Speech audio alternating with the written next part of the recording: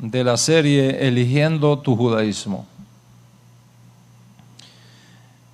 Y como he dicho en cada una de las entregas que preceden a esta, lo que vamos a hablar aquí está fundamentado en todo lo que ha venido diciéndose en las últimas nueve semanas. Aunque si esta es la primera vez que escuchas esta conferencia, va a tener un sentido completo para ti. Es importante y te animo a que estudies las clases anteriores para que puedas tener contigo toda la riqueza informativa que es imposible contener en una sola entrega debido a su vastedad y diversidad. Y valorando su importancia y por el bien de todos los que están en contacto con esta clase por primera vez, diré aquí algunas de las cosas que yo considero siempre debemos tener en cuenta. Es decir, esta serie, Eligiendo tu Judaísmo, no sale del aire, no surge sin un contexto, sin una razón, sino como respuesta a una serie de malos entendidos que se dan sobre todo en las comunidades emergentes hoy día, tanto judías como de los justos de las naciones, cuando se concurren ciertos comentarios y se escuchan ciertos comentarios que traen desorientación y que tienen el potencial de causar confusión. Como por ejemplo los que dicen, esto que ustedes están haciendo no es judaísmo, el judaísmo es así, el judaísmo es así, el judaísmo es así. Y entonces los nuevos creyentes emergentes se desorientan y dicen, entonces ¿cómo es? Y existe la posibilidad de que reine la confusión, la desorientación, la perplejidad y por supuesto el desconcierto. Y en esta serie aclaramos estas cosas para que ni la anarquía ni los desarreglos teológicos tengan lugar. El segundo comentario que tiene el potencial de crear desorientación y perturbación entre los nuevos creyentes, especialmente entre los nuevos judíos emergentes de entre las naciones, es el que dice, nuestro judaísmo es el único que existe, el único válido. El judaísmo que ustedes practican no es legítimo, no es reconocido, etc. Y tienes que saber que tanto el primer comentario como el segundo no tiene fundamento alguno. No tiene fundamento alguno. Que no existe en el día de hoy un judaísmo que sea exactamente igual al judaísmo que recibimos de Moshe, ni existe hoy día un judaísmo que sea único y monolítico con excepción de los demás. El judaísmo que nosotros conocemos hoy día en el mundo es el resultado de adaptaciones, es el resultado de contextualizaciones necesarias para hacer relevante en las nuevas condiciones del pueblo la antigua fe. ¿Cómo hacer relevante lo que no cambia de la Torá a las nuevas condiciones sin alterar la esencia del único judaísmo que hemos recibido del cielo a través de Moshe Rabenu desde Sinaí? Y estos cambios que se van dando en la historia de las comunidades judías en diferentes latitudes del mundo explican las diferencias de costumbres, prácticas y ritos que marcan la belleza pluralista del judaísmo recibido.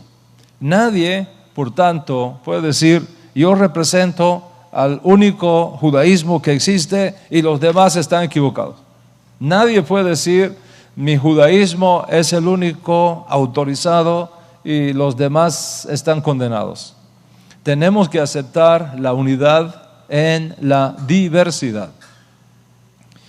Y en tercer lugar, lo que ha causado el surgimiento de esta serie, Eligiendo tu Judaísmo, son ciertas campañas montadas por algunos que antes eran nuestros amigos y que ahora se han vuelto nuestros adversarios por nuestra firme posición con respecto a Yeshua como Mesías, sobre todas las cosas, y al Código Real como literatura confiable y digna de ser recibida por todos.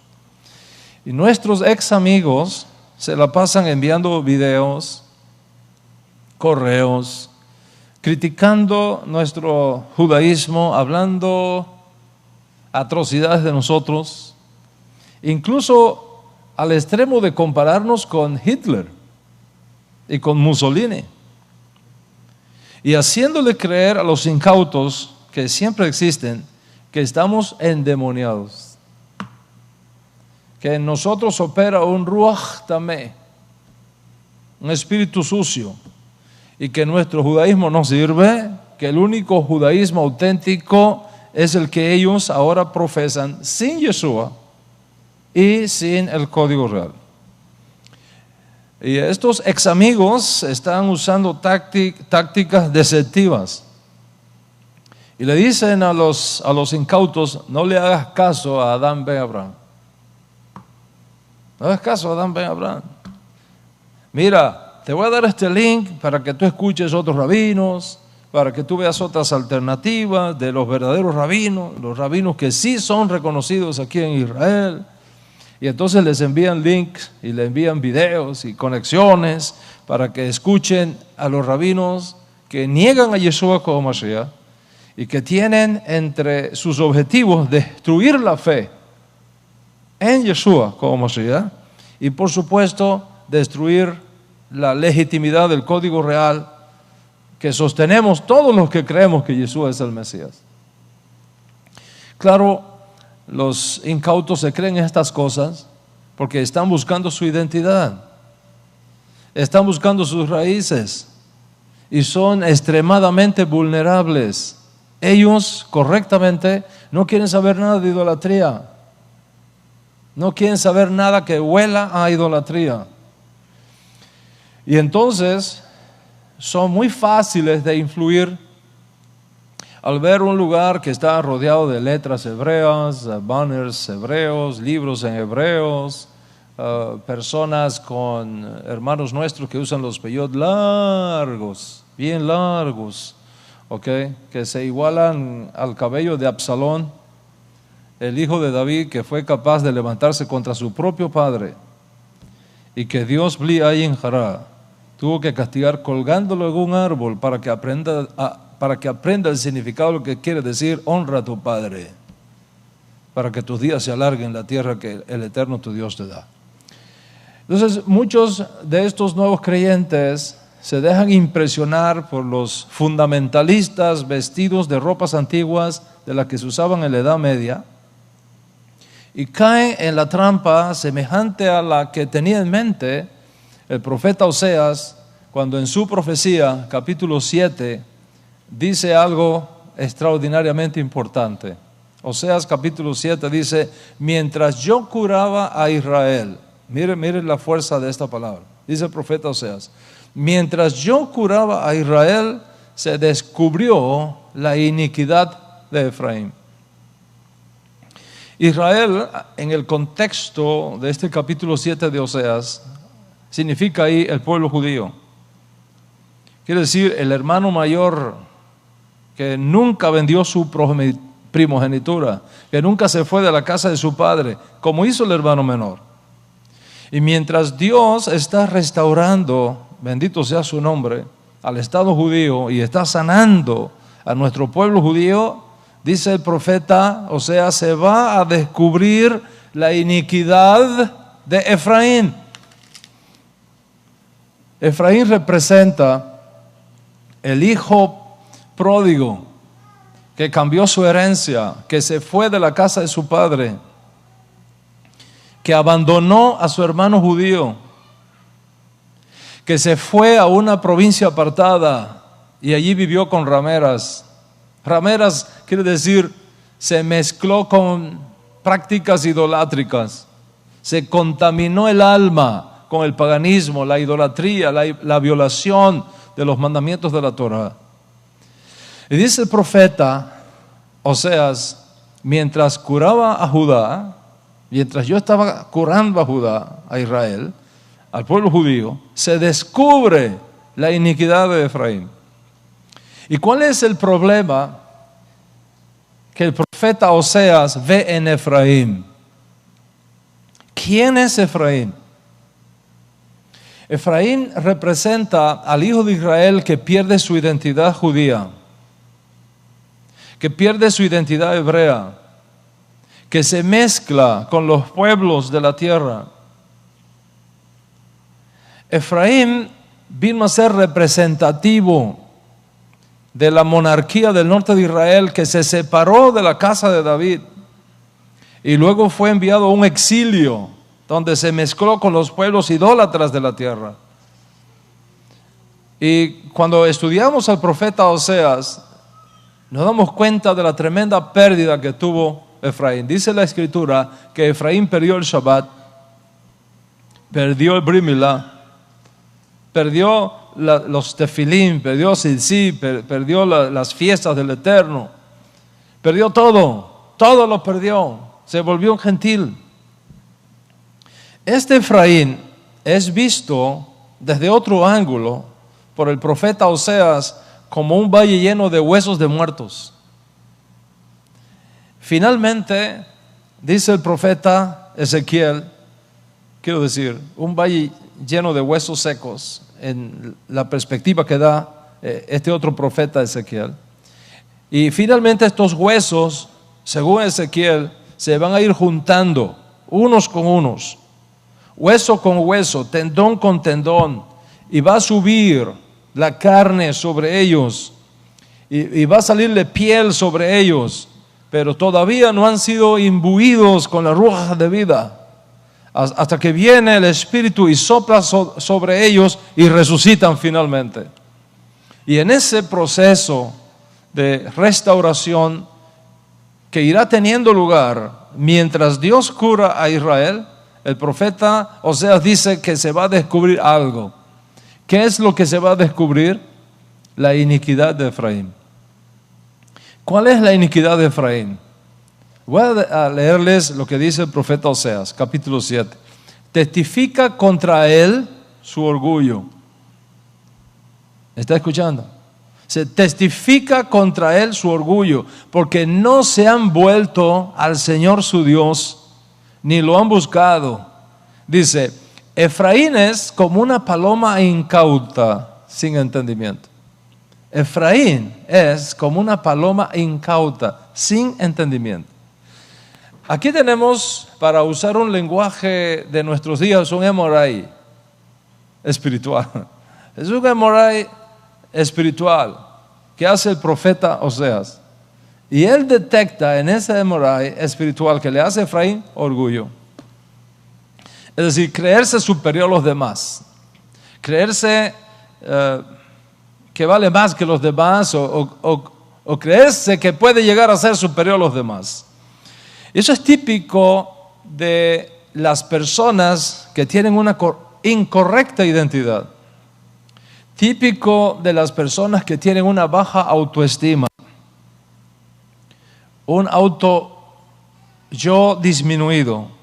Y buscan compensar su autoestima creyéndose superiores. Creyéndose más judíos que Maimónides. Y buscan compensar su baja autoestima golpeando constantemente a los demás y viendo a los demás como un peligro, como una competencia. Se aprenden tres palabras en hebreo o buscan por aquí y por allá en el shopping center de la internet y creen que por leerse un libro de judaísmo ya son más que los demás. Y que los demás no cuentan, que no valen. Y viven golpeando y criticando a los demás. Dice el profeta Oseas, Ki Rafi le Israel benigla avon Efraín. Mientras yo estaba curando a Israel, se descubre la perversión de Efraín. Y la palabra que el hebreo usa ahí es avon. Avon, no la confundas con la compañía que vende bienes de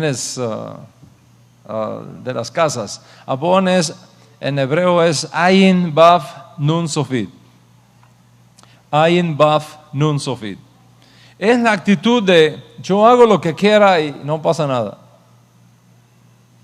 Esa actitud, yo hago lo que quiera y no pasa nada. Avon es un tipo de pecado donde a la persona le gusta siempre ir contra la corriente. Un rebelde sin causa. Avon es testadurez de espíritu. Hacer todo lo que está prohibido y que provoca que la Shejinah se aparte de su Neshama y lo deje solo en sus propios caminos y en sus propios pensamientos. Y casi siempre Avon es visto en la Torah en lo relacionado con los valores religiosos. Es irse a los extremos. Y dice el profeta Oseas que el peligro más grande, y esto es muy importante que tú lo sepas, para que te cuides, que el peligro más grande que van a enfrentar las almas judías que emergen de los sepulcros de las naciones, del exilio, es el pecado de Avon, de irse a los extremos. Me hice gentil, me asimilé, eso es un extremo, pero ahora quiero ser ultra ortodoxo. Y ahora quiero ser súper hasídico. Y ahora quiero tener solo comida glad, súper kosher. De tal manera que caemos en esos extremos que son anacrónicos.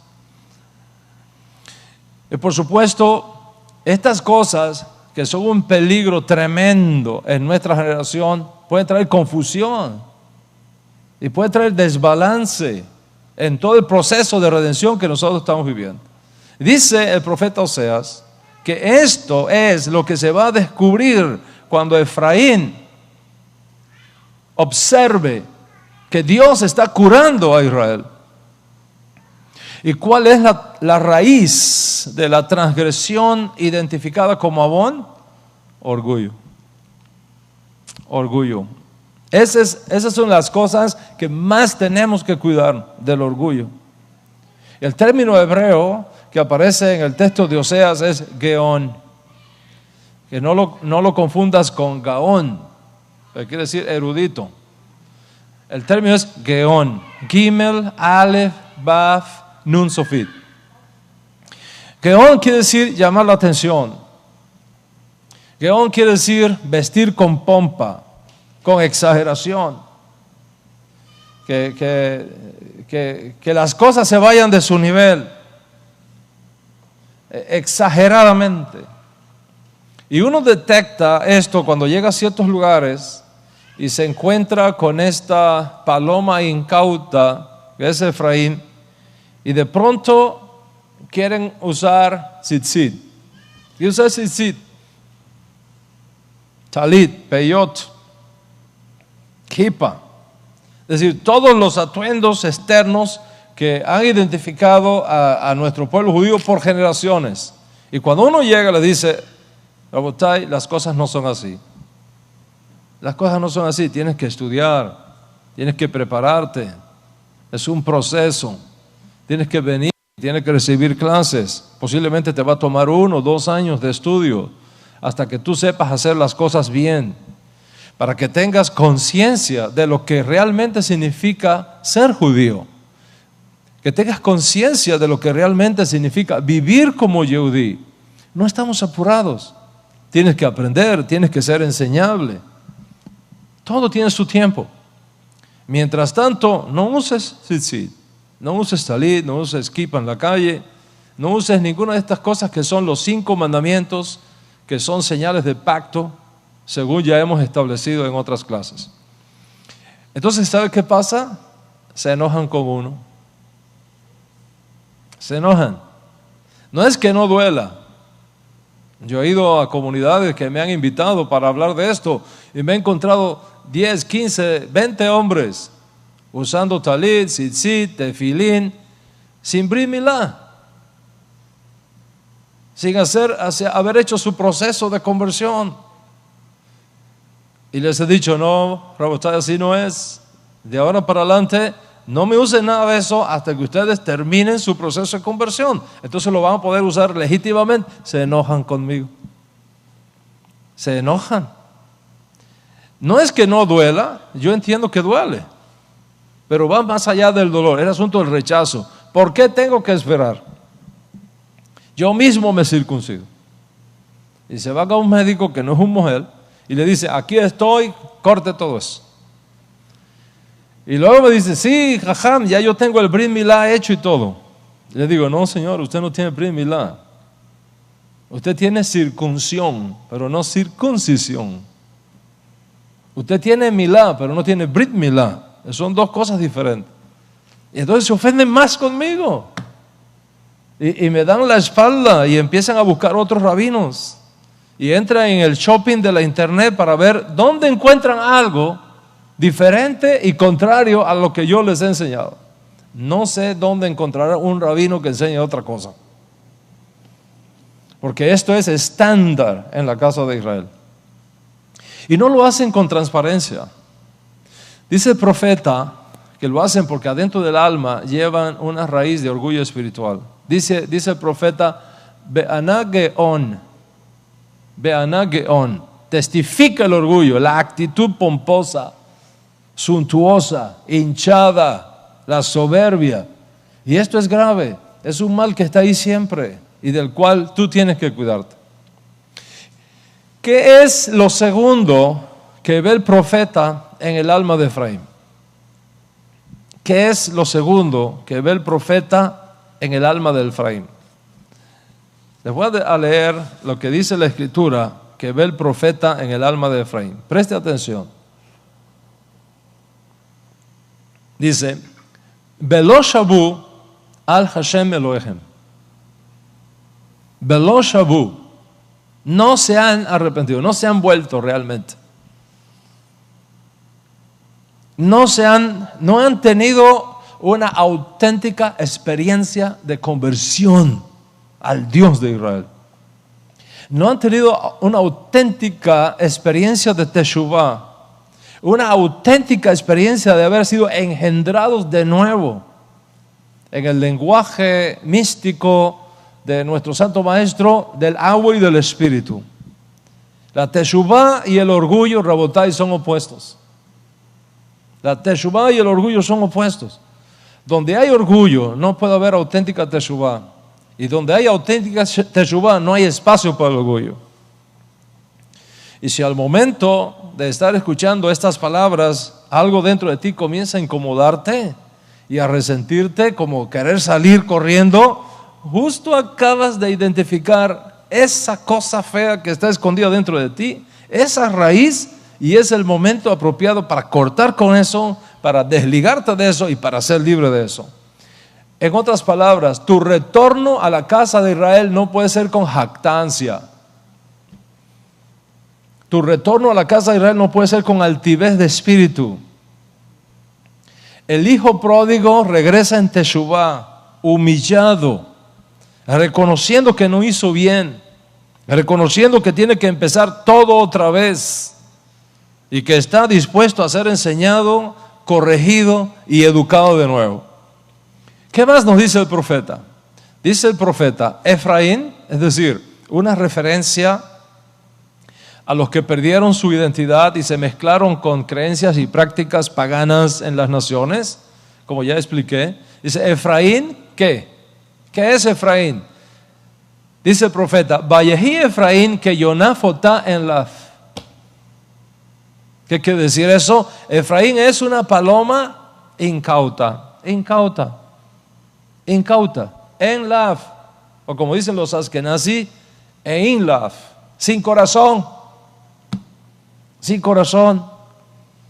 ¿Qué significa fotá? Este es un término hebreo que quiere decir un montón de cosas. No hay una sola palabra. El término es tan grande en hebreo, tan profundo, que necesitamos un montón de palabras en español para acercarnos a lo que quiere decir ese término hebreo. Ki yonah fotá, es como una paloma fotá. ¿Qué cosa es fotá? Se puede traducir como incauta, ingenua, ilusa, inexperta, fácil de caer en una trampa. Fotá es una persona que no ve el peligro. Es como un niño que no tiene la menor idea de las consecuencias que puede tener para él y para los que están al lado de él, que ande con un cuchillo afilado. ¿Te imaginas un niño de 3 años, de 4 años con un cuchillo, con una navaja en la mano?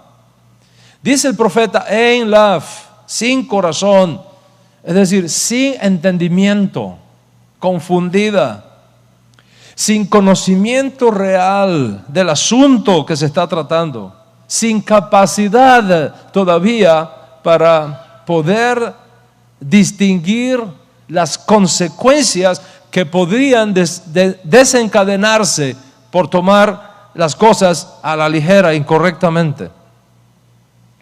Y Rabotai, estamos viviendo en una generación que justamente está sufriendo este síndrome. El síndrome del orgullo del cual nos habla el profeta Oseas. Y esto requiere una respuesta. Requería una respuesta, demandaba una respuesta. Y es apropiado que en este contexto pudiéramos hablar de estas cosas de una forma transparente, de tal forma que todo el mundo sepa con claridad meridiana quién es quién y qué es qué. Y era necesario hablar del tema así, además, debido al hecho de este resurgimiento en toda América Latina, Iberoamérica y en el mundo entero, allende sus fronteras, de estas nuevas generaciones de comunidades emergentes, integrada por lo que nuestro Santo Maestro identificó como las ovejas perdidas de la casa de Israel. Y estas ovejitas, como niños recién nacidos, son incautos.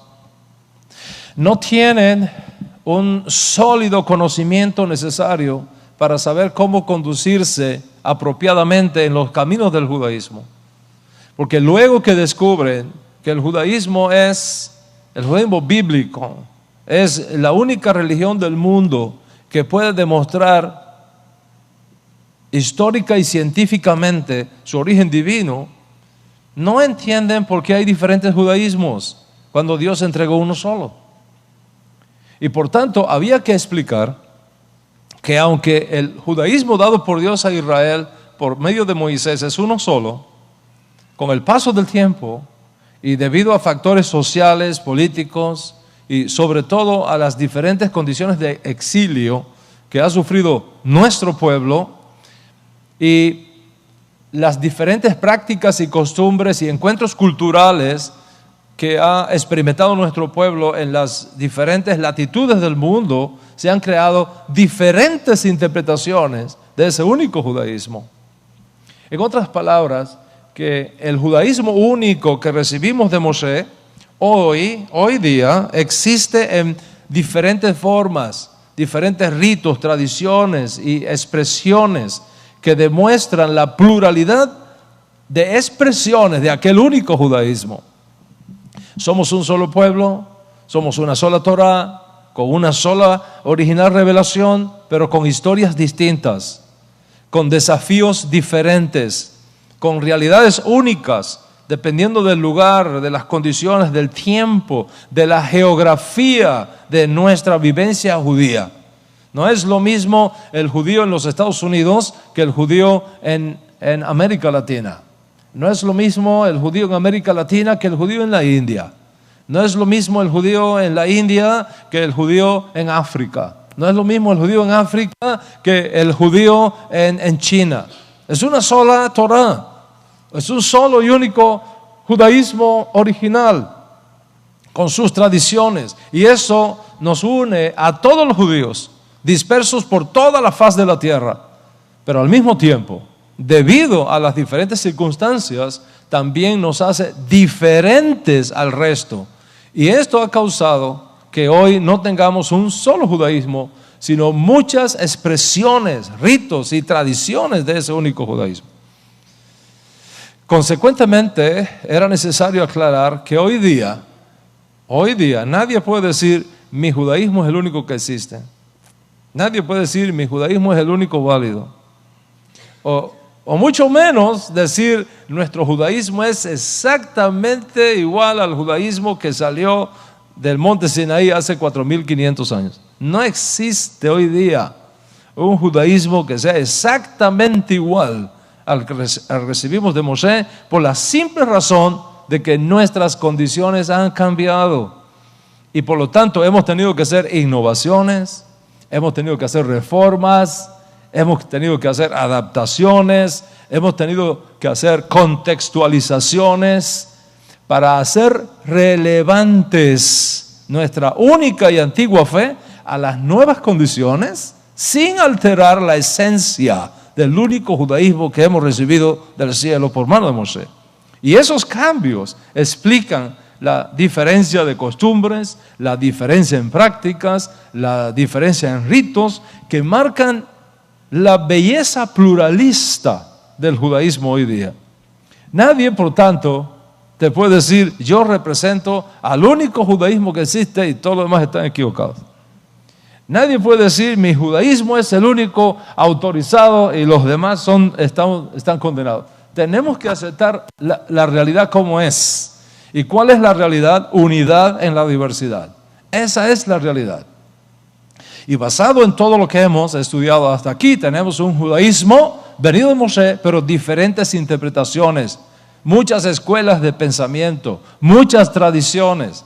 Y es por eso que tenemos judaísmo tradicional, tenemos judaísmo ortodoxo, tenemos judaísmo ultraortodoxo, tenemos judaísmo neoortodoxo, tenemos judaísmo reformista, tenemos judaísmo conservativo, tenemos judaísmo ortoconservativo, tenemos judaísmo reconstruccionista, tenemos judaísmo caraíta, tenemos judaísmo samaritano. Y pare usted de contar. Unidad en la diversidad. Y en las clases previas te mostré el nombre del judaísmo que nosotros profesamos en esta casa, que es el judaísmo netzarita. Y te dije que el nombre de este judaísmo proviene de dos grandes e importantes fuentes. Primero, el Tanaj, Torah, Nevi'im, Ketuvim. De ahí proviene. Y segundo, del testimonio que nosotros encontramos en el Código Real, popular e incorrectamente conocido como Nuevo Testamento. Entonces, a esa interpretación del judaísmo único que recibimos de Moshe, que surge alrededor de la figura de Yeshua Minazrat y la tradición que resulta de la vida y enseñanza de nuestro Santo Maestro, que fue preservada para nosotros en sus escritos de sus estudiantes originarios, es lo que da pie al nombre del judaísmo que nosotros sustentamos, el judaísmo netzarita. Y es importante que sepas que ese judaísmo netzarita no es algo que nosotros estamos inventando. No estamos inventando. Hace rato que está inventado. Es la continuación de una hermosa tradición que viene precisamente de la vida y del legado del más extraordinario hijo que Israel ha dado al mundo, nuestro Santo Maestro, Yeshua HaMashiach, como nosotros lo conocemos. Incluso hemos estado hablando de la lista de los grandes príncipes nezaritas que sostuvieron ese movimiento y que lo empujaron en los más críticos y difíciles momentos que vivimos bajo aquella época del atropello de Roma y sus continuas campañas de aniquilación de todo lo que oliera judío y especialmente de todo lo que oliera a la casa de David. Nuestros líderes nezaritas nunca pactaron con Roma y nunca negociaron a Yeshua a cambio de favores temporales y nunca reconocieron a otro Mesías que nuestro Santo Maestro, el Maestro de justicia de Israel y del mundo, su santidad, Yeshua HaMashiach. Y es importante que tengas siempre en cuenta que nuestro judaísmo nezarita no es un movimiento cristiano, es un movimiento judío. Es importante que sepas que los postulados del judaísmo nezarita no son postulados cristianos, ni en su teología, ni en sus escritos, ni en su esencialidad. Que el judaísmo nezarita no tiene nada que ver con el cristianismo. El cristianismo vino 300 años después de la existencia del judaísmo nezarita. Y te enseñé que cuando nuestro Santo Maestro se escondió por nosotros, por un tiempo, no nombró un sucesor, como hizo Moshe en sus días. Y todo el mundo aquí sabe que un movimiento no puede existir, no puede sobrevivir si no tiene un líder apropiado que lo dirija. Y Yeshua no dejó un sucesor. Es de esperar que con su ocultamiento físico desapareciera el movimiento nezarita. Pero ese no es el caso del judaísmo nezarita.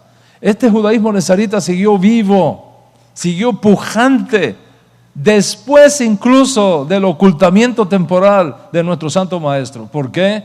Porque aunque Él no nombró un sucesor, nos dejó su Neshama, nos dejó su espíritu, que va a continuar con nosotros hasta el fin de esta edad presente.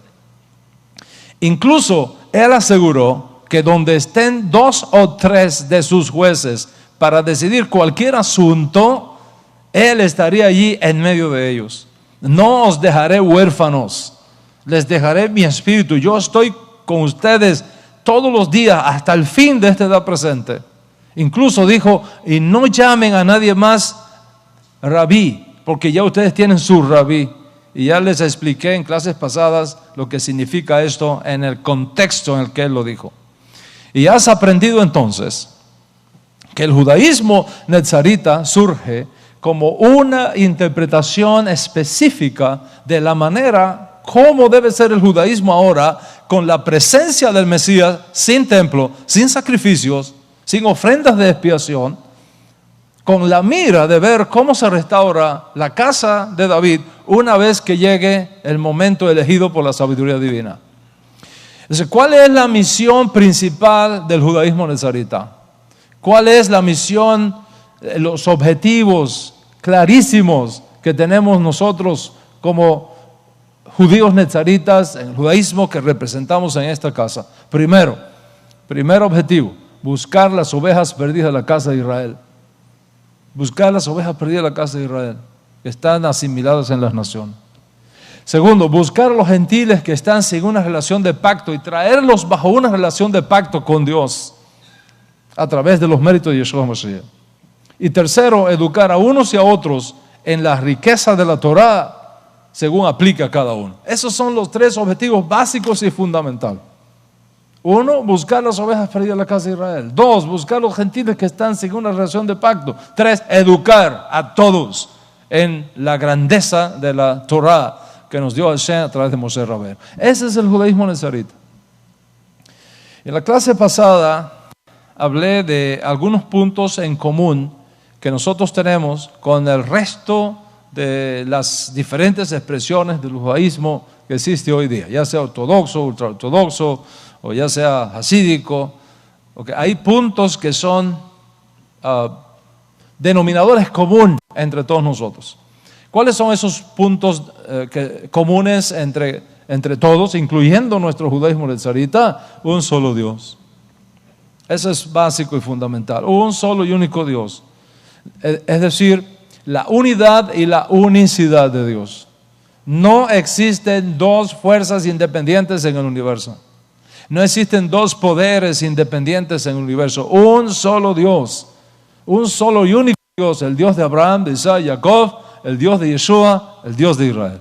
Ese es número uno. Dos, una sola y única Torah que Hashem nos dio a través de Moshe Rabén. Y esa única Torah no ha sido reemplazada ni va a ser reemplazada por ninguna otra Torah, porque esa es la enseñanza de nuestro Santo Maestro. Ni una yod, ni una tilde, ni la más pequeña misma de la Torah va a pasar hasta que todo se cumpla. Esas son las enseñanzas de nuestro Santo Maestro. Por lo tanto, los profetas no vinieron para quitar la Torah o para reemplazar la Torah, vinieron para explicarnos la Torah. Los escritos no vienen para ser reemplazantes de la Torah, vienen para explicarnos la Torah. Y el código real no es un reemplazo de la Torah, es una explicación de la Torah estando presente Mashiach. La Torah de Hashem no puede ser quebrantada, dice nuestro Santo Maestro Yeshua Mashiach. Eso es un punto en común que tenemos todos los judíos. Tercer punto en común que tenemos: un solo y único pueblo escogido, Israel. Israel. Y yo quiero que usted sepa, con todo el respeto que usted me pueda merecer, si usted no es sionista, esta casa no es para usted. Ahí está la puerta abierta, se puede ir ahora mismo si quiere. Aquí se ama a Israel, se defiende a Israel, am Israel Jai. Y eso es importantísimo que todos lo sepan. Si usted no está de acuerdo con el Estado de Israel, usted no tiene nada que hacer aquí. Amigo, que le vaya bien, pero aquí somos pro-sionistas, pro-Israel y defendemos la causa de Israel y la causa de Jerusalén. Si me olvidara de ti, oh Jerusalén, pierda mi diestra su destreza y mi lengua se pega a mi paladar si de ti no me acordare. Somos sionistas de sangre, de adentro, del corazón, del alma. Porque no podemos ni siquiera, por enseñanza de nuestro Santo Maestro, ni siquiera podemos jurar por Jerusalén, porque es la ciudad del Rey. Y estos son asuntos no negociables para nosotros. Y en cuarto lugar, un punto que nos es común es una sola y única esperanza de un mundo mejor. La esperanza de la resurrección de los muertos, la revelación del reino mesiánico, donde finalmente la paz y la justicia se abrazarán para siempre, llevando así a toda la humanidad, sin dejar nada fuera, al propósito final para el cual Dios la creó. Esos son puntos no negociables, esos son puntos que no se pueden cuestionar, esos son puntos que no se pueden discutir, que no se pueden arguir en nuestra fe judía. No importa si es ortodoxa, no importa si es conservative, no importa, estamos ahí todos pegados en esos principios. Todos creemos estas cuatro cosas fundamentales y estas cuatro cosas nos unen a todos y nos mantienen a todos en línea con Dios, en línea con la Torah, con nuestro pueblo Israel y con el futuro de la humanidad. En la clase pasada, no obstante, explicamos algunos puntos que son diferentes en nosotros y que en ese sentido nos separan de las otras expresiones del judaísmo que existen en el mundo y que hace de nuestro judaísmo algo peculiar y único. La diferencia más importante es la figura de Yeshua como Mashiach. Esa es la diferencia más importante. Ese es el cornerstone. Es el fundamento de todo esto. La diferencia que establece nuestra fe en la figura de Yeshua como Mashiach. Y voy a explicar este punto aquí debido a lo neurálgico de este tema. Desde nuestra perspectiva,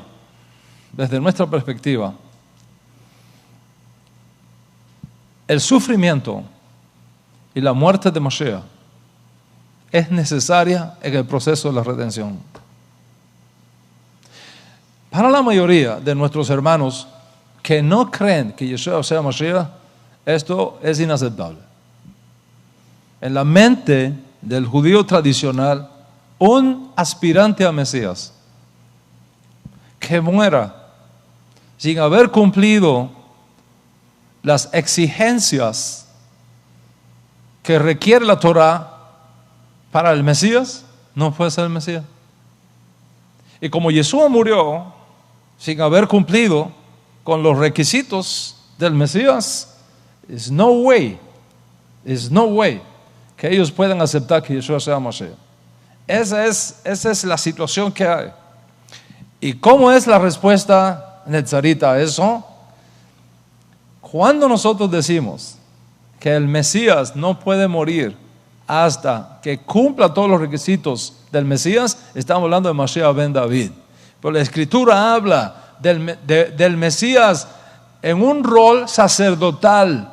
La Escritura habla del Mesías cuyo sufrimiento y muerte son necesarios en el proceso de la redención.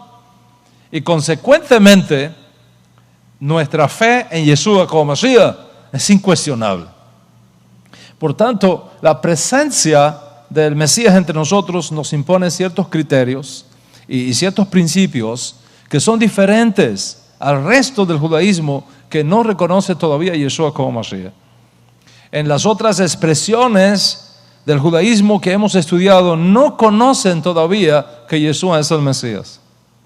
En nuestro judaísmo nazarita hemos encontrado y tenemos al Mesías, del cual hablaron Moshe y hablaron los profetas, Yeshua HaMashiach. Y esto hace una enorme diferencia. Y así como la unidad y la unicidad de Dios no son negociables para nosotros, Yeshua tampoco es negociable para nosotros.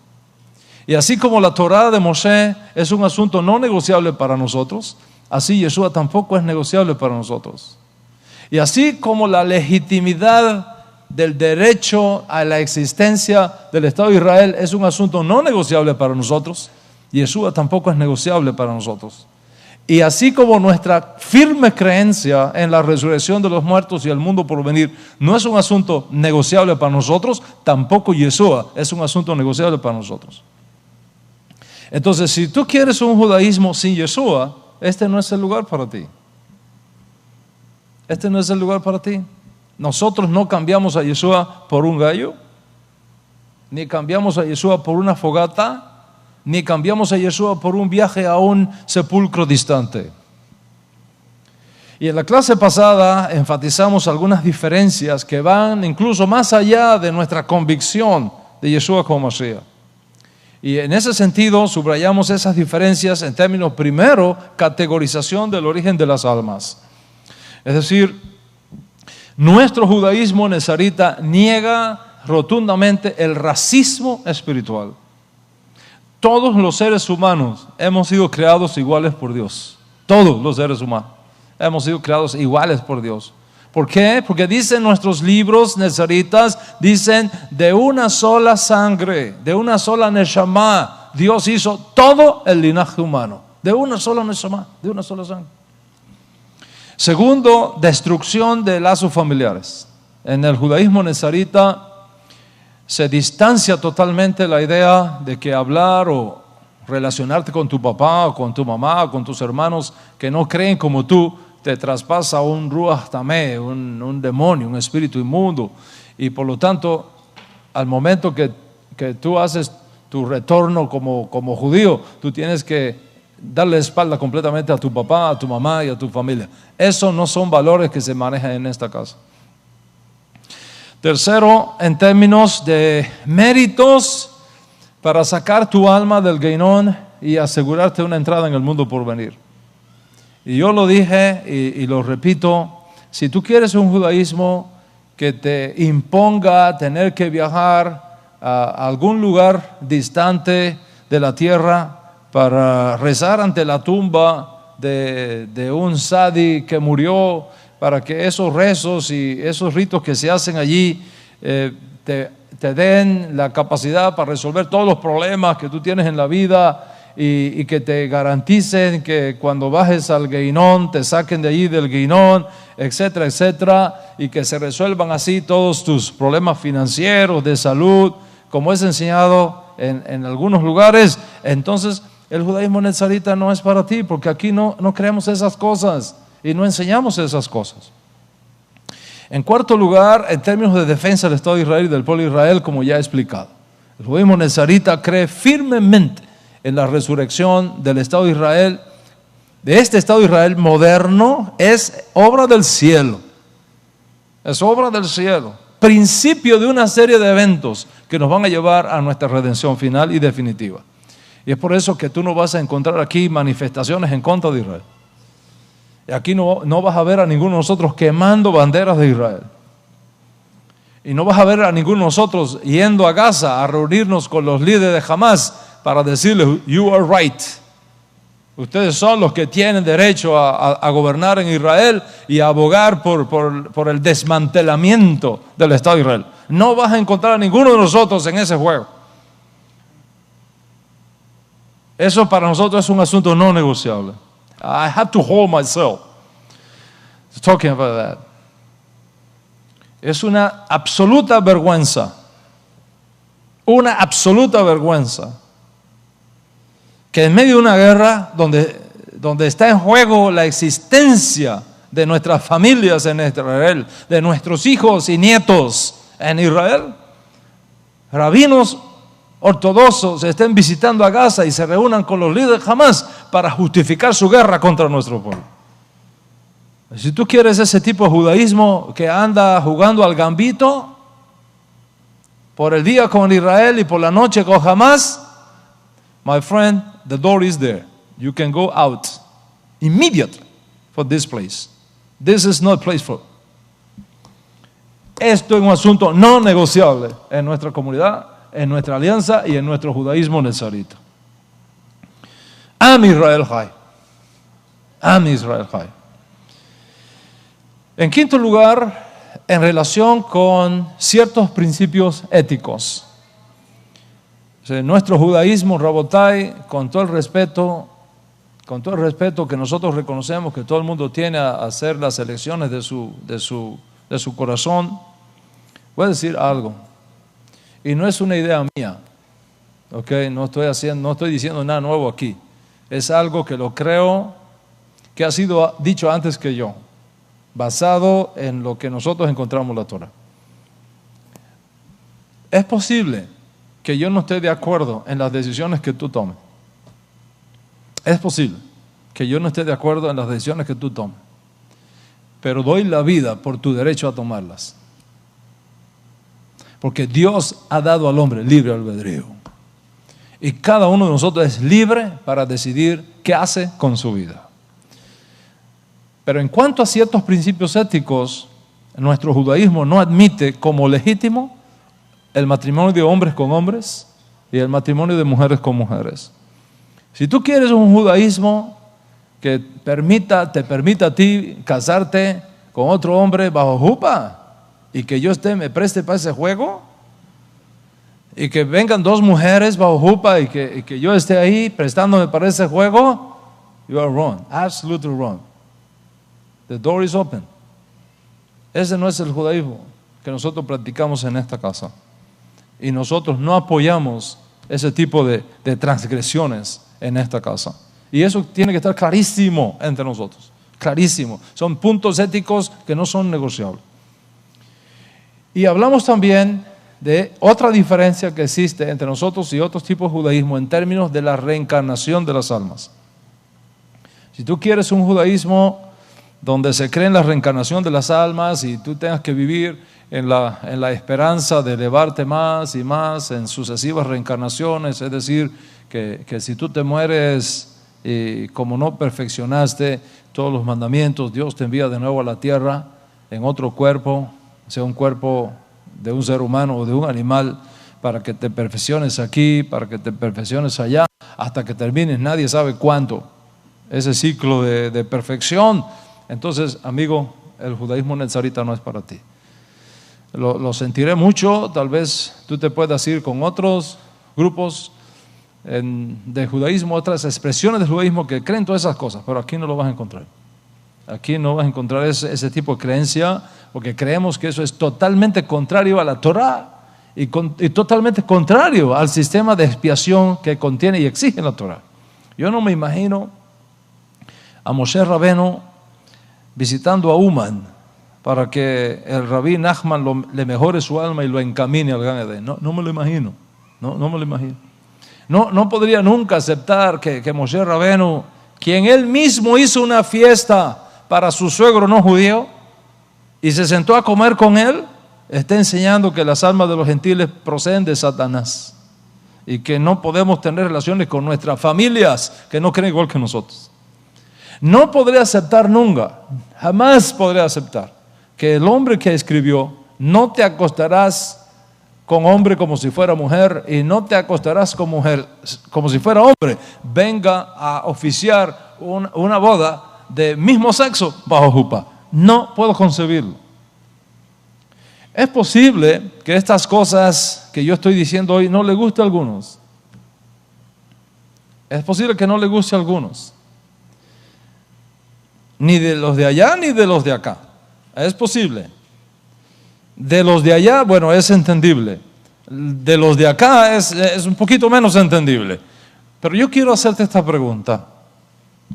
¿Cómo puede uno quedarse callado cuando está en juego el destino de una generación?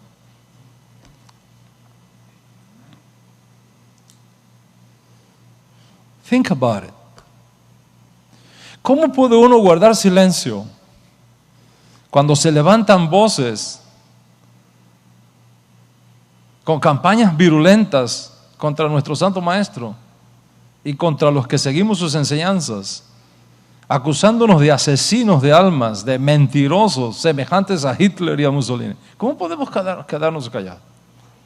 ¿Y cómo es posible que tú te ofendas porque expongamos esas enseñanzas equivocadas y no te ofendes cuando a mí sí me ofenden?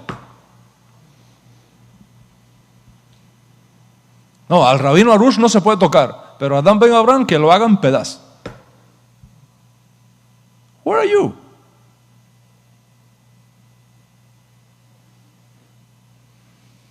Who you are? ¿En qué lado tú estás? Ese es un tiempo de definiciones. Y yo no quiero aquí a nadie en esta comunidad, ni en ninguna de las comunidades de nuestra alianza, que tenga el corazón dividido. O estamos con Yeshua o no estamos con Yeshua.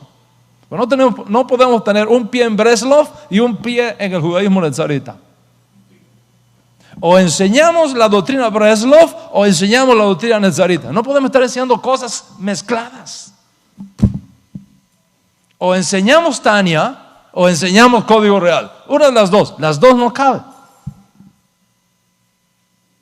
¿Cuánto entiende lo que estamos hablando? O sea, ¿cómo puede uno guardar silencio? ¿Cómo puede uno guardar silencio cuando se levantan voces acusándonos de ignorantes, falsos, ladrones de almas, destructores de generaciones? Porque enseñamos que no hay otra persona con méritos suficientes para llevarnos al mundo por venir que los que ha provisto para nosotros Yeshua Mashiach. ¿Cómo puede uno guardar silencio cuando ve las almas incautas de los nuevos judíos y de los justos de las naciones que no tienen el suficiente conocimiento todavía del judaísmo para defenderse de estos ataques, siendo atraídos y siendo seducidos por ciertas promesas que a la verdad solamente sirven para unos días en esta edad presente, a cambio de renunciar a su fe en Yeshua como Mashiach y comprometer así su destino eterno? ¿Cómo tú puedes quedarte callado? ¿Cómo puede uno guardar silencio para estar políticamente correcto cuando te están vendiendo un vino que contiene cianuro escondido adentro? No estoy loco. Estoy hablando palabras muy claras, nítidas como la luz. Palabras que son poderosas como el fuego, porque vienen de la fuente máxima de la revelación que existe, que es la Torah, los profetas y el alma pura de nuestro Santo Maestro Yeshua Mashiach. Y ya en los días de Yeshua, esta tensión existía. Y ahora ha llegado el momento de las definiciones. El momento del parto ha llegado al mundo. O estamos con Yeshua o nos desligamos de Yeshua. Pero no podemos pasarnos la vida tratando de agradar a los hombres. No podemos, tú no te puedes pasar la vida buscando agradar a los hombres. El que conmigo no está, contra mí está. Y el que conmigo no recoge, la embarra. Así dice Yeshua. Yeshua dice eso. O le creemos o no lo creemos. Son palabras muy fuertes y son palabras muy radicales. El que no está conmigo, contra mí está. Y el que conmigo no recoge, la embarra, desparrama. Son palabras de radicalidad absoluta, de compromisos absolutos, de lealtades absolutas, sin términos medios. O eres frío o eres caliente, pero no hay términos medios. O estamos con Yeshua o nos desligamos de Yeshua. Pero no podemos pasarnos la vida buscando ser recibidos, buscando ser reconocidos por los hombres, mendigando aceptación, mendigando amor, mendigando reconocimientos, al tiempo que comprometemos nuestros principios y nuestra fe en Yeshua como Mashiach, ya sea callándonos frente al terrorismo espiritual de nuestra generación o haciéndonos cómplices para estar políticamente correctos. Y te dije que ya en los días de Yeshua esta tensión existía. De hecho, nos informa el Código Real que muchos líderes de muchas comunidades en los días de Yeshua habían dado la orden que todo yehudí que fuera sorprendido creyendo en Yeshua fuera expulsado de la comunidad. Desde los días de Yeshua. Y el Código Real nos dice más todavía. Nos dice que incluso muchos Kohanim, sacerdotes, reconocían a Yeshua como Mashiach, pero no lo decían porque amaban más la gloria de los hombres que la gloria de Dios. Amaban más la gloria de los hombres que la gloria de Dios. Y Rabino Shaul escribió: si tú buscas agradar a los hombres, tú no puedes ser siervo de Dios. Si tú buscas agradar a los hombres, entonces ya tú no eres siervo de Dios. Entonces mi pregunta en esta conferencia para ti es: ¿a quién estás buscando agradar? ¿A los hombres o a Dios? ¿A quién sirves? ¿A los hombres o a Dios? ¿A quién vas a tener que dar cuenta de tus hechos? ¿A los hombres o a Dios? ¿Y de quién vas a recibir tu recompensa en el día final? ¿De los hombres o de Dios? ¿Qué tipo de judío quieres ser? ¿Uno que es reconocido por los hombres o uno que es reconocido por Dios? ¿Dónde están tus lealtades? ¿Con los hombres o con Dios? ¿Para qué quieres hacer tu conversión al judaísmo nezarita? Tenemos un grupo precioso de almas, de judíos emergentes que están haciendo su proceso de conversión en esta comunidad. Son como 30 que están haciendo su proceso de conversión. Todas las semanas tenemos clases con ellos. Se van integrando de a poco a la vida judía. Y yo quiero preguntarte, ¿para qué tú quieres hacer tu conversión al judaísmo nezarita? ¿Para agradar a los hombres o para agradar a Dios? ¿Por causa de los hombres o por causa de Dios? ¿Para ser reconocido de los hombres o por haber sido aceptado ya por Dios? En los días de Yeshua ya estaban marcadas seminalmente las cosas que tenemos que esperar para el momento del parto. Y nos dice el Código Real que en un momento determinado, escuche esto, que son palabras muy, muy importantes. Dice el Código Real que en un momento determinado, muchos de los que en un principio se pensaba que eran discípulos de Yeshua, lo abandonaron. Lo abandonaron y se fueron. ¿Por qué le dejaron? ¿Por qué lo abandonaron? Porque Yeshua estaba hablando palabras muy fuertes. Muy fuertes. Yeshua dijo: nadie puede venir a mí si el Padre no lo trae. Nadie puede venir a mí si el Padre no lo trae. ¿Qué quiere decir eso? Que si tú no tienes una buena relación con Dios, olvídate, tú no puedes venir a mí. Nadie puede venir a mí si el Padre no lo trae. Nadie puede venir a mí si el Padre no lo trae. Si el Padre no lo trae. Y yo le voy a resucitar en el día postrero. Yo le voy a resucitar en el día postrero. Y cuando oyeron esa palabra, se fueron. Regresaron a su antiguo grupo y ya no andaban con él. Entonces Jesús llamó a sus discípulos y les dijo estas palabras: ¿se quieren ir ustedes también? ¿Se quieren ir ustedes también? Ellos se fueron. ¿Se quieren ir ustedes también? Gracias a Dios. Y para nuestro aliento, hubo un judío llamado Simón que le respondió y le dijo: Adoní, ¿a quién iremos? ¿A quién iremos? Las palabras que vienen de tu interpretación de la Torah son para vida eterna. Y nosotros tenemos emuná. Y hemos recibido da'at, conocimiento espiritual, para declarar solemnemente que tú eres el escogido por Hashem para ser el Mesías. El mismo talmid de Yeshua, el mismo discípulo, estudiante de Yeshua, que dijo: ¿a quién iremos? Luego escribió una carta donde él dice que antes del retorno de Moshiach para establecer la edad mesiánica, se va a levantar una generación que negará a Yeshua como Mesías,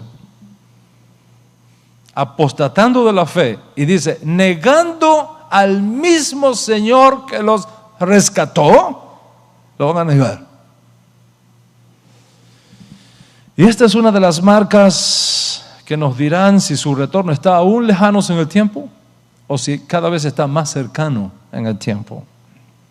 Juzga entonces por ti mismo y juzga entonces por ti misma qué tan cerca estamos de su retorno. Porque así como pasó en el comienzo, cuando tuvo lugar la primera revelación de Mashiach, así va a ocurrir al final en la segunda revelación de Mashiach, pero potencializadamente, como ha sido siempre la historia de nuestro pueblo. A nosotros nos ha tocado la difícil misión de confrontar los extremismos religiosos de aquellos que nos lanzan las campañas más sucias y virulentas por el solo hecho de ser firmes defensores de la mesianidad de Yeshua y la legitimidad de sus enseñanzas. Y tú que has resucitado de entre los sepulcros de las naciones y te has abierto camino como una tierna planta que busca la luz en medio de los escombros de toneladas de desinformación teológica, estás expuesto a plantarte en cualquier suelo que huela a judaísmo sin conocer los peligros de ciertos pesticidas que están escondidos allí y que tienen el potencial de intoxicarte en tu fe en Yeshua como Mesías. Y por lo tanto tú debes estar consciente de esos riesgos reales que están escondidos en el camino. Y es mi responsabilidad mostrarte todas las opciones para que luego, si eliges un judaísmo donde se te exija desligarte de Yeshua, no puedas decirme nunca que no se te advirtió, que no se te aconsejó. Quiero que tengas la mejor información que yo pueda darte, porque siento en mis hombros la responsabilidad de hacerlo por encomienda misma de mi maestro. La información es necesaria para que hagamos decisiones correctas. Mira tu vida hacia atrás y verás que en la inmensa mayoría de las veces que cometiste errores fue por falta de información.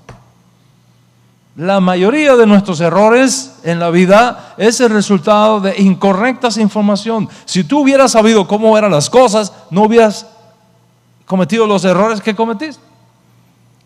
Y los errores, Rabotai, muchas veces se pagan caro. Y si eso es cierto en lo relacionado con esta edad presente, imagínate cuánto no será más cierto tratándose del mundo por venir. Vamos a movernos entonces hacia adelante con nuevas ideas que quiero compartirte y espero terminar pronto esta serie porque ya quiero hablarte de otras cosas, pero estas eran necesarias debido al contexto que estamos viviendo. Frente a los hechos que están expuestos delante de ti, deberás también conocer ciertos hechos que tienen que ver con la esencia misma de tu fe nezarita, de nuestro judaísmo nezarita. La primera cosa que quiero compartirte, porque tengo que ser y procuro ser totalmente honesto contigo, es que el judaísmo nezarita es pluralista. Pluralista. Es decir, al igual que el resto de los judaísmos que hemos estudiado, donde prevalece la diversidad, así también en el judaísmo nezarita prevalece la diversidad. Y esto es necesario que lo conozcamos para no caer en la ilusión de que nuestro judaísmo nezarita es igual, exactamente igual a los días de Yeshua. No es cierto. El judaísmo nezarita nuestro del siglo XXI no es igual al judaísmo nezarita de los días de Yeshua. Nuestro judaísmo no es una copia del judaísmo nezarita de los días de Yeshua por la simple razón de que el mundo ha cambiado. El mundo ha cambiado, ha llovido mucho desde aquellos días a los nuestros. Los desafíos que nosotros tenemos hoy día no fueron los desafíos que ellos enfrentaron. Vivimos en dos tiempos diferentes. Muchos hijos de Israel, luego de la división de la monarquía y posiblemente antes, se establecieron en lo que hoy día se conoce como Sefarad. Eso quiere decir que había judíos viviendo en la región que hoy conocemos como España y Portugal, para fechas tan tardías como el siglo X antes de Yeshua, los años 970 a los 930, es decir, hace 3,000 años atrás, casi 3,000 años atrás. Y yo he leído de muchos comentaristas que tienen muchísima base para afirmar que posiblemente Tarsis, la ciudad donde el profeta Jonah quería escaparse para no ir a Nínive, estaba localizada al sur de Sefarad, en la región que hoy se conoce como la ciudad de los Tarteseos, donde hoy día hay una ciudad en España que se llama Cádiz. Si esto es así, y hay muchas razones para creerlo, se vuelve entonces más entendible por qué él se quiso ir para Tarsis. Es decir, me voy y me refugio en una comunidad judía que ya estaba habitada en aquellos días. Y cuando los romanos conquistaron todas esas regiones, muchos judíos salieron de Israel y se establecieron en esas áreas. Tanto después de la primera revuelta judía en el año 70, como en la segunda revuelta judía en los años 132 a 135 aproximadamente, judíos se establecieron en todas esas regiones. Hay documentación histórica fehaciente sobre eso. Además, muchos judíos que originalmente se habían escondido en África del Norte por los desastres de la primera revuelta, de la segunda revuelta, luego pasaron a Portugal y luego se entraron en la actual España, que en aquellos tiempos, según algunos historiadores, se conocía como Sefarad. Ahí en Sefarad también creció el cristianismo y los judíos tuvieron que intercambiar y vivir entre cristianos. Pero luego, en la península ibérica, entraron los musulmanes. Los musulmanes controlaron la vida en Sefarad por muchos años, quizás 15, 20 años. Y entonces los judíos en España tuvieron que vivir con y entre los musulmanes que gobernaban. Y según eran las circunstancias, así es la manera como reaccionábamos. Entonces el judío sefardí hablaba el ladino, que era la lengua autóctona de la comunidad judía en Sefarad, pero hablaba también el arábigo y hablaba el castellano, las tres lenguas. Las circunstancias entonces del judío sefardí son totalmente diferentes las circunstancias de los judíos en los días de Yeshua. Los judíos hispanos, en la inmensa mayoría de los casos, todos nosotros que estamos aquí, en la inmensa mayoría de los casos, somos descendientes de los judíos sefardíes, de los criptos sefardíes, de los marranos sefardíes, de los anusín sefardíes, como son conocidos en la historia. Los judíos sefardíes que mantuvieron su identidad judía fueron totalmente diferentes a los judíos que vivieron en la época de Yeshua y que seguían a Yeshua en Eretz de Israel. Los judíos sefardíes criptojudíos, es decir, los que vivían culturalmente una cosa y escondidamente otra cosa, muy parecido a los anusín, que eran políticamente cristianos, pero escondidamente judíos, vivieron un mundo totalmente diferente a los de los discípulos de Yeshua en el siglo I. El criptojudaísmo o el anusim judaísmo es una forma moderna que intenta definir la realidad de los hechos de ciertos y difíciles periodos de la historia judía en Sefarad. En todo caso, el judío sefardí tradicional, como el cripto judío, como el anusín o los nuevos cristianos, como se conocen, constituyen la raíz espiritual de donde procedemos todos nosotros. Y por tanto tuvimos que interactuar con el cristianismo por un lado y tuvimos que interactuar con el islamismo por el otro lado, según fueron dándose los diferentes hechos históricos en diferentes momentos en la historia de Sefarad. Lógicamente, no se puede decir que el judaísmo nezarita de hoy día es igual al judaísmo nezarita del siglo I. Son circunstancias totalmente diferentes, circunstancias incluso desconocidas en el judío del segundo templo, cuando no había cristianismo en el mundo, cuando no había islamismo en el mundo. Por tanto, decir que nuestro judaísmo nezarita es el mismo que de los días de Yeshua es una ilusión.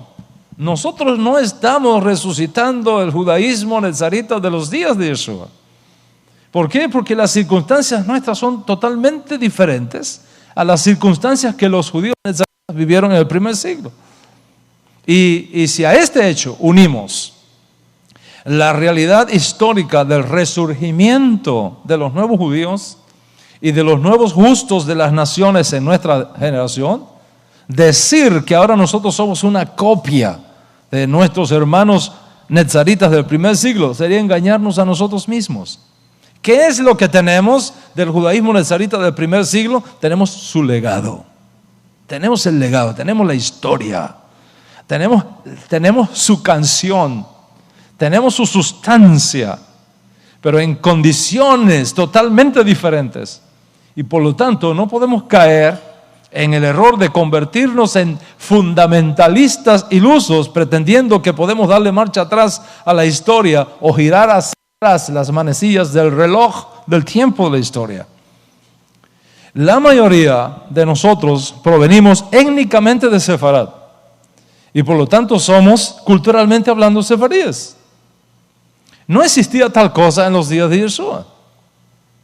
El judaísmo nezarita en los días de Yeshua no conoció nada de los decretos de expulsión de los reyes de España. Ellos eran judíos de Israel, nosotros judíos de Sefarad, y ahora esparcidos por toda Iberoamérica, como ya hemos venido explicando. Por lo tanto, nuestro judaísmo nezarita en su esencia teológica es nezarita, pero en su expresión cultural es sefardí.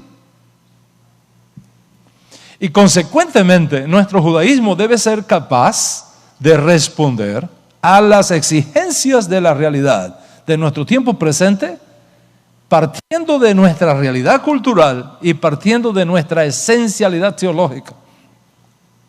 Y hay un hilo que nos conecta con Sefarad, que sigue hacia Israel, que se liga con Yeshua, el Mesías judío, y que tiene ramificaciones proféticas impresionantes. Y son esas ramificaciones proféticas las que nos dan el entendimiento de nuestra identidad netzarita. Y es por esa razón que les he dicho desde un principio que el judaísmo netzarita está fundamentado en el Tanaj y que está ligado al mismo tiempo a la vida y a las enseñanzas de nuestro santo maestro Yeshua HaMashiach, a la misma vez que está ligado al judaísmo sefardí por razones históricas y por razones culturales que ya hemos explicado. Recuerda siempre esto, nuestro judaísmo nezarita como nombre nos viene de estas dos fuentes centrales, el judaísmo del Tanaj y el judaísmo del Código Real. Y ya yo he explicado en conferencias pasadas la información sobre la fuente del judaísmo nezarita que nos viene del Código Real. Se vincula con la figura de Yeshua,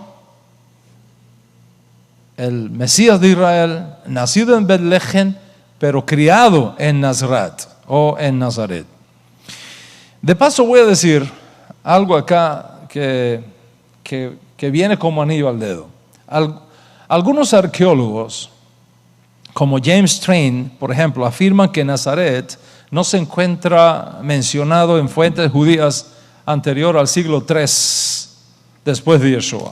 Y por supuesto, los enemigos de Yeshua toman esa información para decir que ni siquiera esa ciudad existió, que es una ciudad fantasma. En realidad, la falta de mucha evidencia sobre Nazaret no demuestra que no existía, sino cuán poco importante era en los días de Yeshua. Y digo de mucha evidencia porque no es cierto que no haya evidencia. Recientemente, y para ser exacto, en el año 2009, el arqueólogo israelí Yarden Alexander encontró restos arqueológicos en Nazaret, probablemente de los días de Yeshua mismo, no solamente del judaísmo del segundo templo, de los días de Yeshua mismo, que demuestran, más allá de cualquier duda razonable, la existencia de familias judías en Nazaret, mucho antes del tercer siglo, como decía este otro arqueólogo. Y basado en todos estos informes arqueológicos que tenemos hoy día, se considera que en el tiempo de Yeshua, el pueblito de Nazaret o de Nazaret tenía una población judía muy pequeña, tal vez 70 familias. No llegaba a 500 personas el barriecito, la aldeíta. Además de eso, los historiadores nos informan de una tableta que tiene una inscripción romana sobre un castigo que se impondría sobre cualquiera que fuese encontrado robando tumbas. O sea que antiguamente la gente algunos tenían la costumbre de cuando enterraban muertos guardarle cosas de valor. La gente iba a las tumbas. Ya esas cosas no existen hoy día, ¿ok? Excepto la historia de los cubanos que fueron acusados, los estudiantes de medicina, que es algo que nos toca a los cubanos muy de cerca, ¿no? En todo caso, hay una inscripción romana que se encontró de una prohibición de estar robando cosas de las tumbas, y esa tableta está en la biblioteca de París, en el Museo de París. ¿Okay? Esa tableta data del año 50 de nuestra era, es decir, 20 años después de Yeshua y 20 años antes de la destrucción del templo de Jerusalén. Está en la Biblioteca Nacional de París. Bueno, no se sabe y no podemos decir que exactamente esa tableta provenía específicamente de Nazaret. Pero lo que ha sido encontrado por el arqueólogo Yarden Alexander aumentan las posibilidades de creer más allá de cualquier duda razonable que procede de ahí. Y esto es lo que ha llevado a algunos arqueólogos, como es el caso del señor Finnegan de Princeton University, a afirmar lo siguiente, y cito: Nazaret era un asentamiento fuertemente judío en la época romana.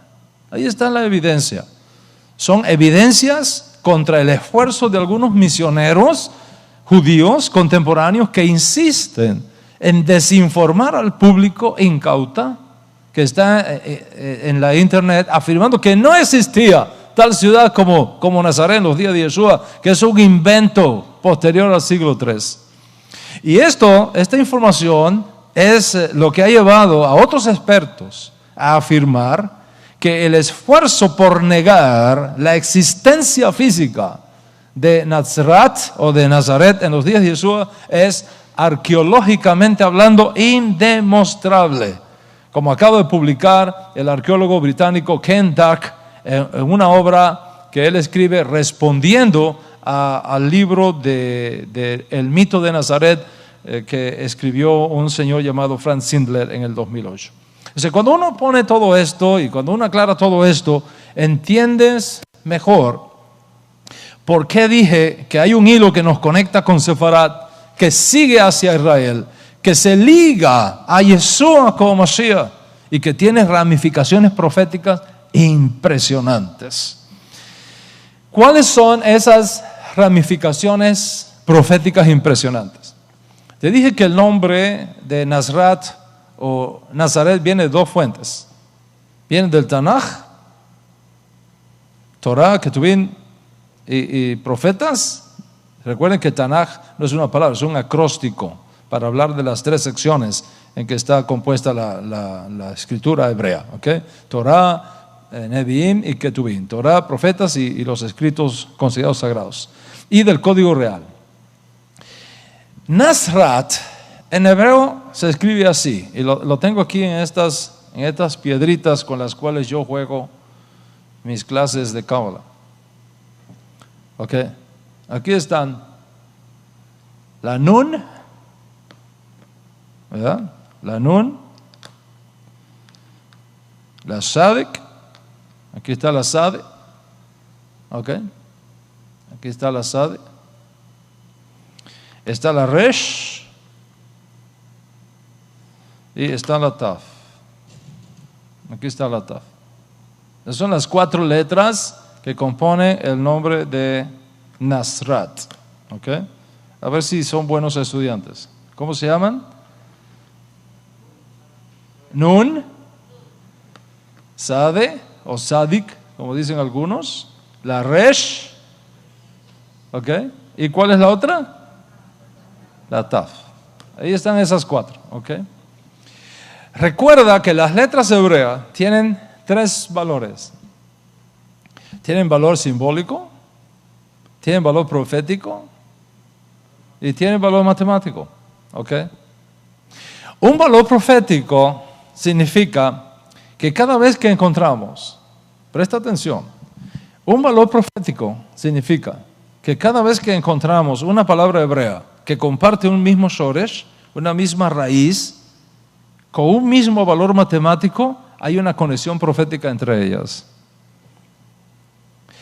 Un valor simbólico es semejante a los símbolos que regulan el tránsito, por ejemplo. Son marcas simbólicas, tienen un nombre técnico.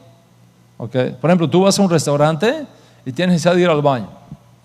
Y vas a la zona de los baños y no encuentras la palabra hombre o mujer por ningún lugar. Pero ves la figura de una mujer en una puerta y la figura de un hombre en otra puerta. ¿Qué te está diciendo ese lenguaje? Te está diciendo que las mujeres entran por donde está el símbolo de la mujer y los hombres entramos por donde está el símbolo de los hombres. ¿Okay? Ese es el lenguaje, ya uno sabe. ¿Okay? Por ejemplo, nos dice el Código Real que cuando Yeshua murió, el procurador romano colocó un letrero encima de la cabeza, ¿okay?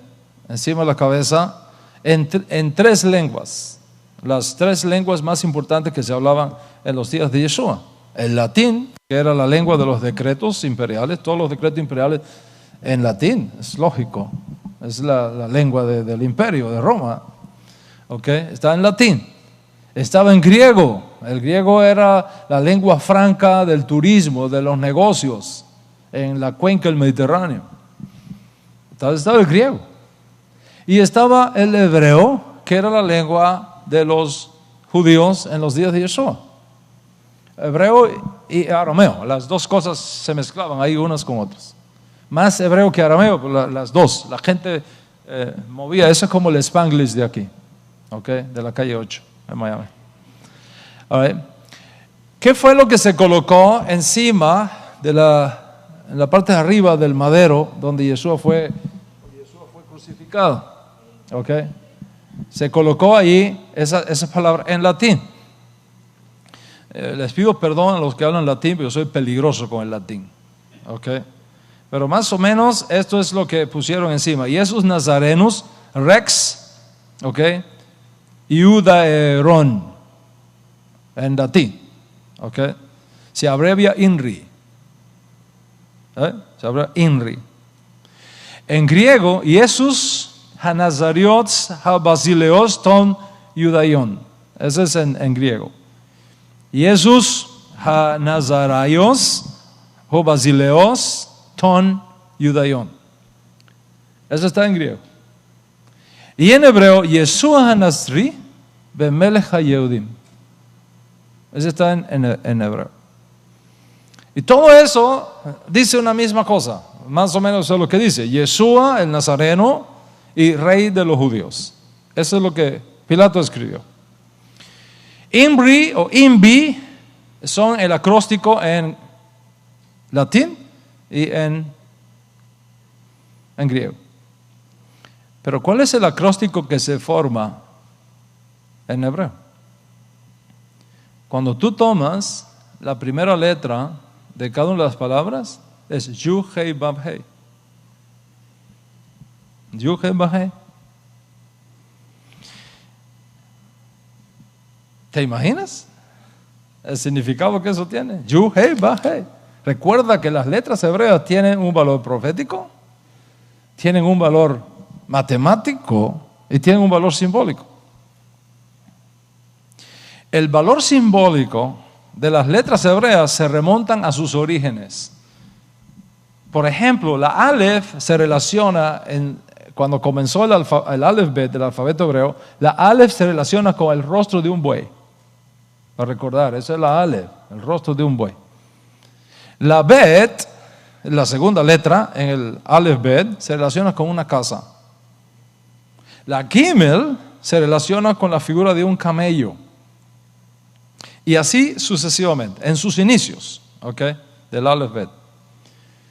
Las 4 letras hebreas, Yud Hei Vav Hei, tienen por tanto un valor simbólico también cuando se estudian separadamente. La Yod, por ejemplo, se relaciona con la mano. De hecho, si ustedes ven en los días de Shabbat, de Shaharit, cuando se lee la Torah, hay un puntero, ¿verdad? Hay un puntero. Ese puntero tiene una manito que te dice a dónde hay que mirar cuando uno está leyendo el texto hebreo. Okay, hay que mirar aquí, ¿verdad? La manito, la yod, significa mirar. Okay. Mira, te estoy indicando algo. Eso es la yod. Okay. La hei significa ventana en el idioma hebreo arcaico. Ventana. Una ventana es lo que te permite mirar más allá de tus limitaciones. Una ventana es lo que te permite mirar más allá de tus horizontes, a otros mundos. Y la Hei está constituida internamente por una Dalet y por una Vav. ¿Ok? Dejando una abertura entre la parte superior de la Dalef y la parte superior de la Vav. Indicando con eso que siempre el retorno va a estar abierto. ¿Okay? La oportunidad de regresar. Porque hay una ventana que Dios ha dejado abierta. Que es el significado de la letra Hei en el hebreo arcaico. La Vav o Wah, que era un sonido muy antiguo, no sé si lo pronuncio bien, es muy difícil pronunciar eso, porque ya hoy día no se pronuncia eso en el idioma moderno, hebreo, pero antiguamente la Vav se pronunciaba como Wah, acá abajo, gutural, Wah, ¿ok? La Baf, arcaicamente, cuando empezó a formarse el alfabeto hebreo, significa clavo o gancho. La Baf es lo que conecta una cosa con la otra. De hecho, en la gramática hebrea, la Baf es el gran unificador. Y la Hei, como ya lo hemos explicado, significa ventana, posibilidades de moverte a otro escenario, a otro mundo. Junta ahora todo eso, ¿verdad? Junta ahora todo eso. ¿Cuál es el mensaje no de INRI? En INRI no dice nada. Ni en INVI tampoco dice nada. Pero en hebreo, cuando tú juntas el acróstico, no lo confundas con el nombre de Dios, que es otra cosa. El acróstico que se forma, Yud Hei Vav Hei, partiendo del significado simbólico de cada letra. ¿Cuál es el mensaje codificado? Mira el mundo por venir. Mira que hay otra dimensión. Porque ahora tú tienes la oportunidad de retorno por medio del clavo unificador para un mundo nuevo. ¿Te imaginas el mensaje que está escondido ahí? En otras palabras, simbólicamente hablando, Dios mismo estaba allí dirigiendo ese proceso. Y es por eso que Rav Shaul dice, Dios estaba en Mashiach, reconciliando consigo al mundo. Y por el principio de agencia divina, Yeshua estaba legalmente representando a Dios en aquello que allí estaba sucediendo. Y Yeshua estaba haciendo algo no por él, sino por encargo de Dios. Estaba representando legalmente a Dios en lo que estaba sucediendo allí en las afueras de Jerusalén. Las conexiones proféticas son extremadamente importantes a la hora de estudiar las Escrituras porque nos dan las diferentes alusiones para comprender la profundidad de lo que están viendo nuestros ojos con simples letras. Y este es el caso de Nazrat, que está formado por la Nun, por la Sade, por la Resh y por la Taf. Piensa en la Nun. La Nun es la 16ª letra del Aleph Bet. Y la Nun está asociada a la figura de un pez. La Nun surge por la figura de un pez.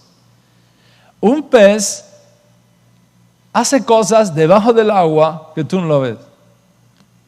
Por eso es que hay una bendición que aparece en la Torah que te reproduzca como los peces para protegerte del Ayin Hara, del mal de ojo. Hacer las cosas abajo del agua. ¿Por qué usted cree que los judíos comemos siempre pescado el viernes en la tarde?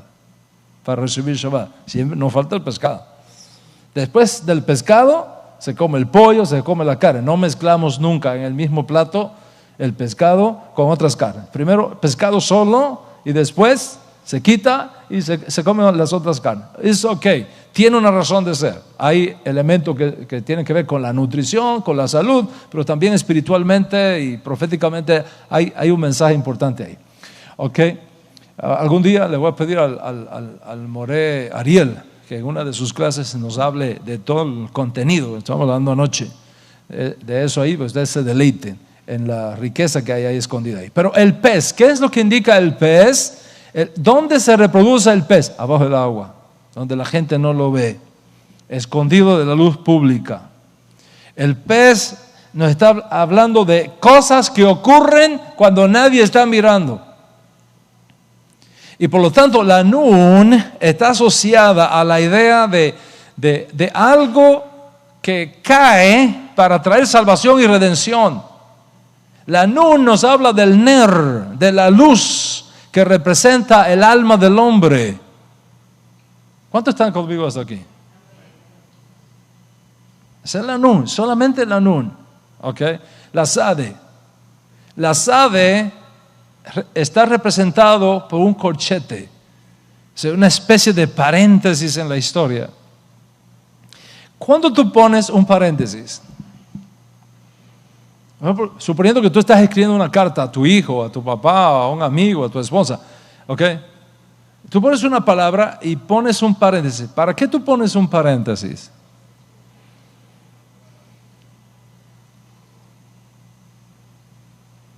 Entre otras cosas, tú pones un paréntesis para explicar algo adicional.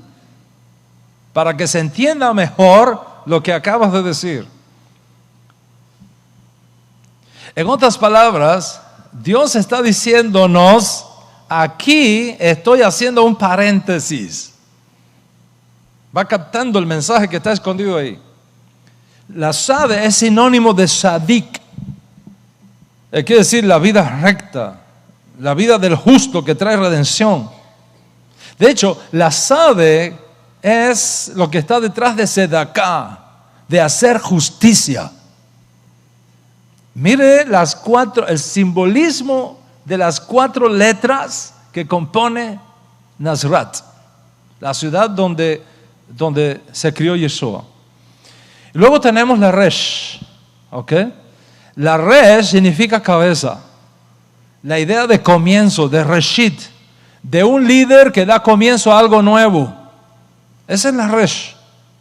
Y finalmente la Taf. La Taf es la nota final, lo que concluye algo que se inició, lo que termina algo. Entonces, cuando tú tomas todas estas letras que forman el nombre de Nazrat y unes todos los significados simbólicos que están ahí, el mensaje que recibimos es extraordinario. Dios escogió ese lugar y los padres de Yeshua, tanto su papá como su mamá, fueron guiados allí por inspiración divina para enviarnos un mensaje escondido. En este pueblito que nadie conoce, que es pequeñísimo, yo estoy haciendo algo, ¿ok? En este pueblito estoy haciendo algo a escondidas de la vida pública, el pez. Estoy haciendo un paréntesis necesario en la historia, la sabe.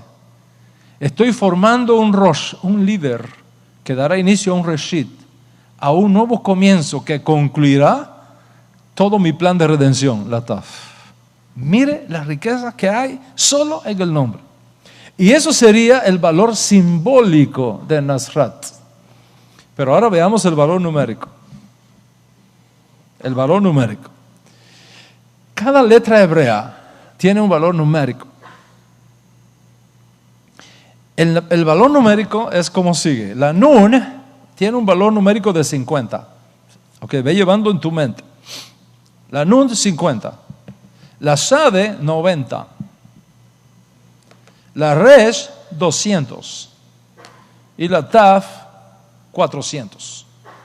Cuando sumas todo eso, 50 más 90 más 200 más 400, ¿cuánto es?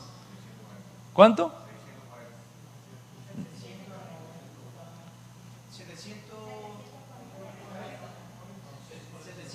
740, right? Suma otra vez, 400 más 200, ¿cuánto es? Más 90 más 50, 740. Ahora vamos a seguir las reglas de la gematría, ¿verdad? Para reducir al máximo, a su más simple expresión. 740 es 7 más 4 más 0. ¿Cuánto es 7 más 4 más 0? 11. Vamos a seguir aplicando la regla de mínima expresión, ¿ok? 11 es 1 más 1. 1 más 1, ¿cuánto es? 2. El número 2, ¿a qué letra hebrea te lleva? A la Bet. Y la Bet es la letra con la cual comienza el primer libro de la Torah, que es el libro de Bereshit. ¿Estás viendo todo el recorrido que estamos cruzando aquí? Si ya empiezas a ver toda la ramificación profética, es como si la Torah nos estuviese diciendo, mira la Bet, que significa casa. Mira la Bet. Y lo relaciona con Nazrat, donde estaba la Bet, donde estaba la casa donde se crió el Mesías. ¿Cuántos se dan cuenta de la importancia que tiene esto? Piensa en esto. Si Yeshua nació realmente en Betlehem, ciudad donde también había nacido su antepasado David, ¿por qué no se conoce a Yeshua como Yeshua de Betlehem? Si él desarrolló un tremendo servicio a Hashem en la ciudad de Kefarnahum, ¿por qué no se conoce como Yeshua de Kefarnahum? ¿Por qué se le llama Yeshua mi Nazrat? Yeshua de Nazaret, una pequeña aldeita, un batey, como decimos los cubanos, un batey donde no había ni siquiera 500 personas. Esta es la razón. Aquí estoy preparando algo a escondido de la vista pública. Es un paréntesis necesario. Estoy formando aquí un líder que dará inicio a un reshit. Y ese líder es el que va a concluir la TAF, todo mi plan de redención. Esto va a ser un nuevo comienzo de la humanidad, un nuevo reshit. Y así como la historia de la creación comienza con la Bet, así he decidido que la historia del mundo por venir comience con la Bet, pero con una Bet diferente a la que comencé esta edad presente. Esta primera conexión, tanto simbólica como numérica, escondida en Netzar, es lo que nos lleva a nosotros a darnos cuenta cómo la sabiduría divina está dirigiendo todo este proceso. La gematría de Nezrat nos está diciendo, miren una casa, pongan atención a una casa, pongan atención a una bet, a una bait. Y esta es la primera conexión profética que resulta cuando unimos el valor simbólico con el valor matemático de Nazrat. Ahora, la segunda conexión profética es más poderosa aún, pero tú tendrás que esperar a la próxima clase.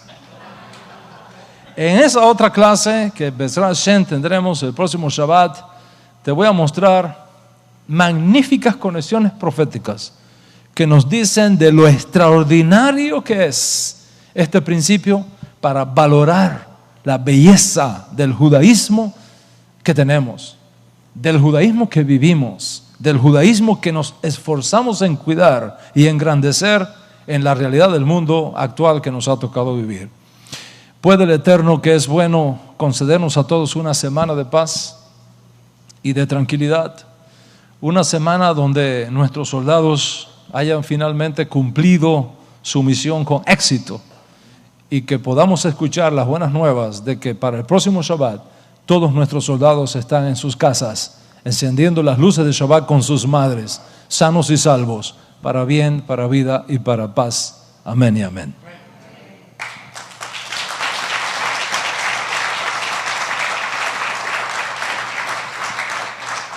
Vamos a estar en pie un momentito para